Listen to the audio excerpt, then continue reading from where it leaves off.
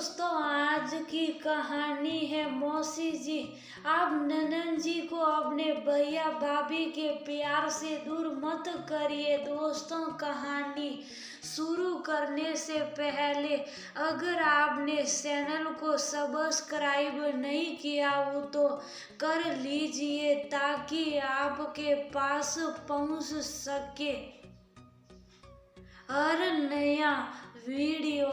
सोनल की भाभी सोनल को 4 बार फोन कर चुकी थी पर सोनल फोन ही रिसीव नहीं कर रही थी। बाद में जब सोनल किचन से बाहर आई तो देखा उसकी भाभी के 4 मिस कॉल है लगातार। ये देखकर वह घबरा गई क्योंकि उसकी भाभी को पता होता है कि अगर सोनल 2 बार में फोन नहीं उठाती है तो इसका मतलब यही है कि वह अपने काम में व्यस्त है और या फिर फोन से दूर है।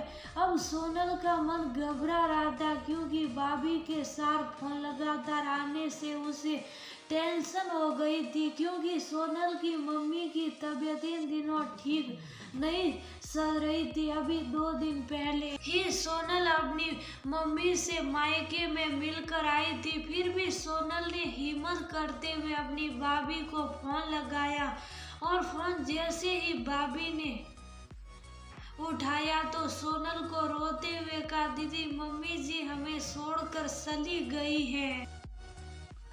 रात को अच्छे से सोई थी। सुबह आपके भैया और मैंने खूब उठाने की कोशिश की पर वह नहीं उठी। तब हमने डॉक्टर साहब को बुलाया, फिर उन्होंने बताया कि मम्मी जी अब नहीं रही, दीदी आप जल्दी से घर आ जाओ।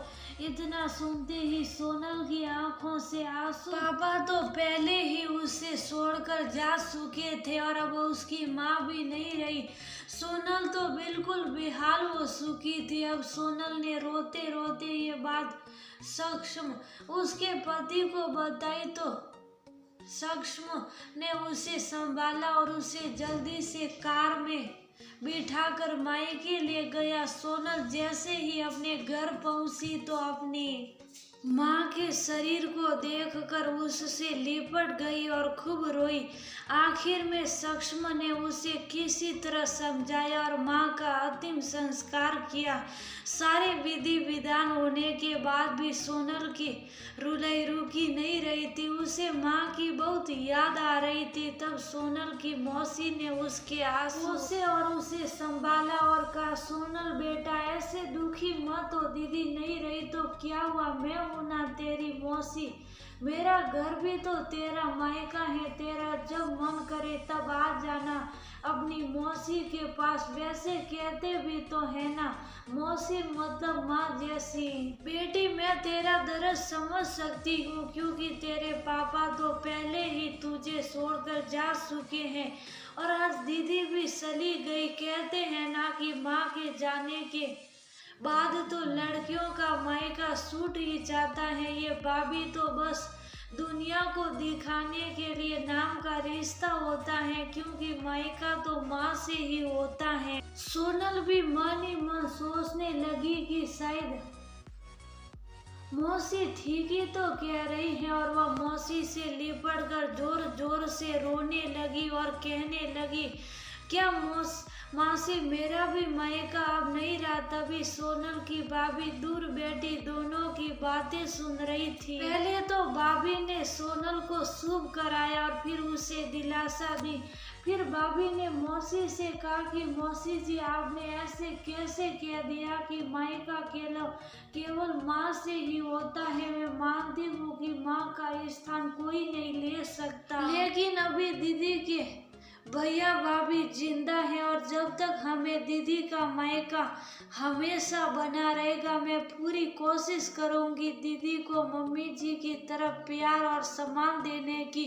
और दीदी जब शायद तब यहाँ आ सकती है। ये घर कल भी उनका था, आज भी है और कल भी रहेगा। मौसी जी मैं भी एक बेटी हूँ और मेरा भी मायका है और मैं अच्छे से जानती हूँ कि हम बेटियों के लिए मायका कितना महत्वपूर्ण होता है। मौसी जी आप दीदी को अपने घर जरूर बुलाइए पर उन्हें अपने भैया भाभी के प्यार से दूर मत करिए। तभी मौसी उसने कहा, बहू आज के जमाने में तेरी जैसी सोच रखने वाली भाभी बहुत कम मिलती हैं। मुझे माफ कर दे, मैंने सोनल को गलत राह दिखाई।